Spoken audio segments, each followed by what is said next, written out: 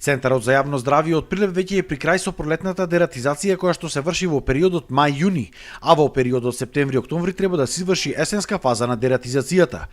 Согласно Законот за здравствена заштита, Советот на општина Прилеп носел програма врз основа на која што општината треба да изврши превентивна дератизација и дезинсекција. Досега биле поставени мамци за глодарите во 3750 шахти. Финансиите ги обезбедувала општина Прилеп, а годинава тие изнесувале 1.250.000 денари, а техничката и стручната помош била на Центарот за јавно здравје. Во сушност се поставуваат родентицидни мамци во должината на целиот канализационен систем на територијата на град Прилеп. Тоа се вкупно 3750 шахти. Се третираат значи два пати по 3750 шахти.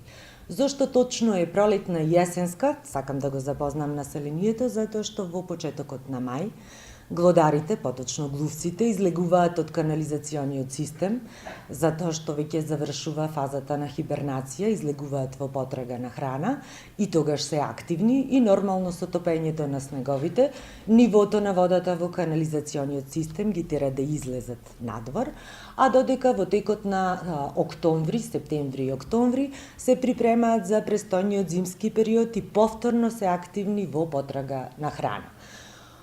Третиране канализациониот систем низ цел град, со тоа што посебен акцент се става на објектите од јавен интерес, како што е болницата, здравствениот дом, училиштата, градинките и сите отворени диви депонии на територијата на град Прилеп.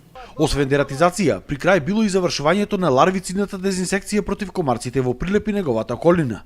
Од Центарот за јавно здравје соопштија дека бил набавен нов апарат за така наречено ладно замрзнување, кој можел да се употребува и на доста непристапни места.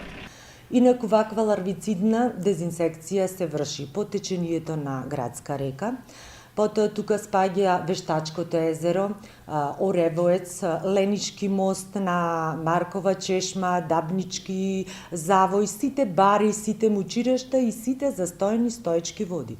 Затоа што точно на ларвата од комарецот, од женката која што ги полага јајцата, и е потребна таква температура за да може во стоечки води кој што има покачена температура за да може и онај процес за развој од ларва до возрастна единка.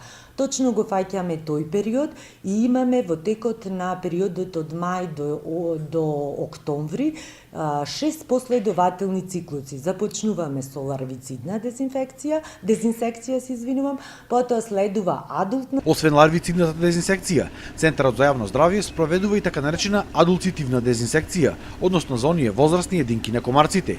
Меѓутоа, адулцитивната дезинсекција била понеефикасна и поспецифична за изведување. Која ќе била оваа дезинсекција, се праќало и соопштение до сите пчелари за да ги заштитат пчелите. Со оваа адултицидна дезинсекција всушност се опфаќаат сите зелени површини, тревните површини, парковите, грмушките и сите дрва кои што се имаат висина негдека од 3 метри. Ако имаме во предвид дека Прилеп се простира на површина од 1000 хектари, 800 хектари ги третираме точно со оваа адултицидна дезинсекција. Со дезинсекцијата за возрастните единки на комарците ќе се започнело за околу 20 денови.